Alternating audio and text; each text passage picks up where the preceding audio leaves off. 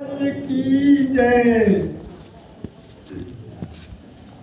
नमो गुरु सतगुरु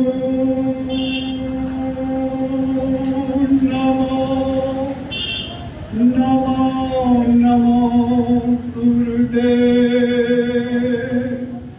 नमो विघ्नहर्ता गुरु विघ्नजा को भवे यतन विच की बेलरी गुरु अमृत की खों शीश दिए जो गुरु मिले तो भी सचता जाओ हरि पूजा जुग चार है हरि पूजा जुग चार है गुरु पूजा पलये तास पदम दरना तुले संतन कियो परम बंधनिया संत समाज धर्मानुरागी सत्संगी प्रेमियों महान भावों सदात्माओं धर्म सीमा माता एवं बहनों आज मेरा भाग्य का उदय हुआ सभी सत्संगी के दर्शनार्थ हेतु मैं यहाँ तक आ गया हूँ। सतगुरु की दर्शन करते हुए सभी सत्संगी को मैं प्रणाम करता हूँ। गुरु ही ईश्वर है, ईश्वर ही गुरु है, गुरु ही धर्म है, गुरु ही निष्ठा है, गुरु ही परम तप है। गुरु के अलावे कुछ ही नहीं है।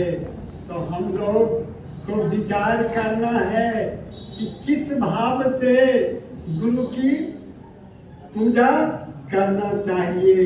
ईश्वर और गुरु में कोई अंतर नहीं समझना चाहिए।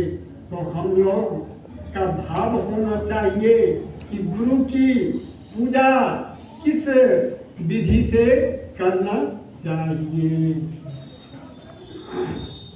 आज तक आप लोग ये शरीर के लिए जिए हैं और बहुत कष्ट इस शरीर के लिए भोगे हैं। जन्म जन्म तक ये शरीर में भोग भोग रहे हैं। अब आत्मा के लिए जिए। आत्मा शरीर का संबंध 2 दिन का है। यह शरीर क्षणभंगुर है, यह शरीर नाशवान है, इसका विनाश होने का भय है। इसलिए आत्मा को जाने जब तक मन अस्थिर नहीं रहेगा, तन अस्थिर नहीं रहेगा, तब तक भक्ति नहीं होगा। तन अस्थिर उसके बाद मन तन से ऊपर जाइए और वहां से पुनः लौट कर आत्मा में आइए, तभी आत्मज्ञान होगा। सुखदेव ऋषि ने राजा परीक्षित से पूछा कि राजन आपका मृत्यु हो जाएगा। राजा परीक्षित ने कहा ऋषि जी जिसका जन्म होता है उसका मृत्यु होता है। मैं आत्मा हूँ, आत्मा का मृत्यु नहीं होता है। सुखदेव ऋषि समझ गए कि इनको आत्मज्ञान हो गया। अब मेरे भागवत कथा का असर इस पर पड़ेगा। गुरु सेवा सुखदेव जी पाए, चढ़ी विमान आकाश जाए। क्यों भूले चतुर सियाना, गुरु से बढ़कर कोई नहीं। गौरी गणेश, शिव और गौरी गणेश सब गुरु से दीक्षा लेना। शिव विरंची गुरु सेवा कीना, नारद शिक्षा धूप देना। गुरु सेवा चतुर सियाना, क्यों भूले तू सत्संगियों। जब तक ये आत्मा पर ध्यान नहीं दीजिएगा, क्योंकि यह शरीर क्षणभंगुर है और आत्मा अजर अमर है, इसलिए आत्मज्ञान होना चाहिए। मैं आप लोगों के बीच राजा दिलीप की गुरु भक्ति कहने जा रहा हूँ। आप लोग शांति पूर्वक सुने। त्रेता युग की बात है। राजा सगर के वंश और राम के पूर्वज में दिलीप नाम के राजा जन्म लिए थे। बहुत दिन शादी को हो गया, राजा दिलीप को कोई संतान नहीं हो रहा था। राजा दिलीप अपनी पत्नी सहित गुरु वशिष्ठ जी के पास पहुंचे। वशिष्ठ जी से कल जोड़ के कहने लगा, गुरुदेव मुझे कौन से प्रायश्चित लग गया कि मुझे बाल बच्चा नहीं हो रहा है। गुरुदेव ने कहा कि राजन, आप देवा संग्राम से लौट रहे थे तो रास्ते में कामधेनु नंदिनी गाय पर आपका नजर नहीं पड़ा। नंदिनी गाय ने आपको देख लिया। आप आकाशवाणी को सुन रहे थे, गौ माता ने आपको श्राप दे दिया, इसलिए आपको राजन बाल बच्चा नहीं हो रहा है। गौ की सेवा करना है। अभी तो गौ नहीं है, उनकी बच्चा बछिया है। राजन इस गौ की सेवा करें, आपको पुनः पुत्र हो जाएगा। गुरुदेव ने बछिया को खोल दिया। राजा रानी बछिया के पीछे जाने लगा।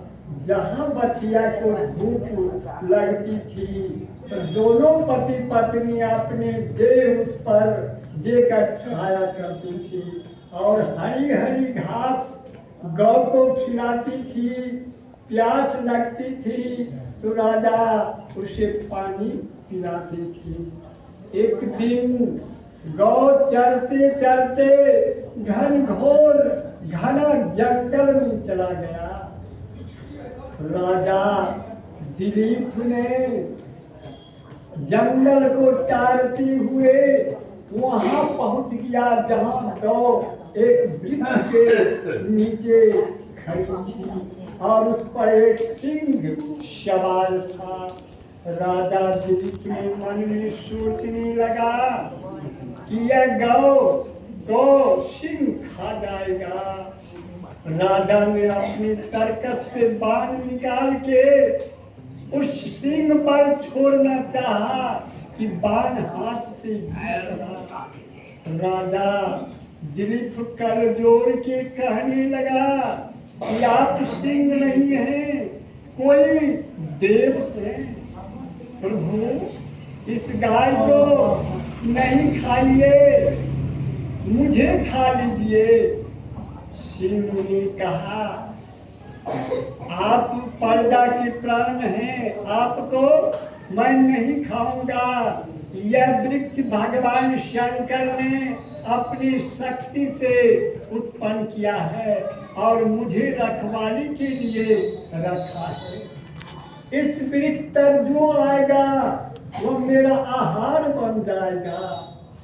राजा दिलीप यह सुनते ही कहा, सिंह महाराज मुझे खा लीजिए, इस गौ को छोड़ दीजिए, क्योंकि यह गौ हमारे गुरुदेव की है।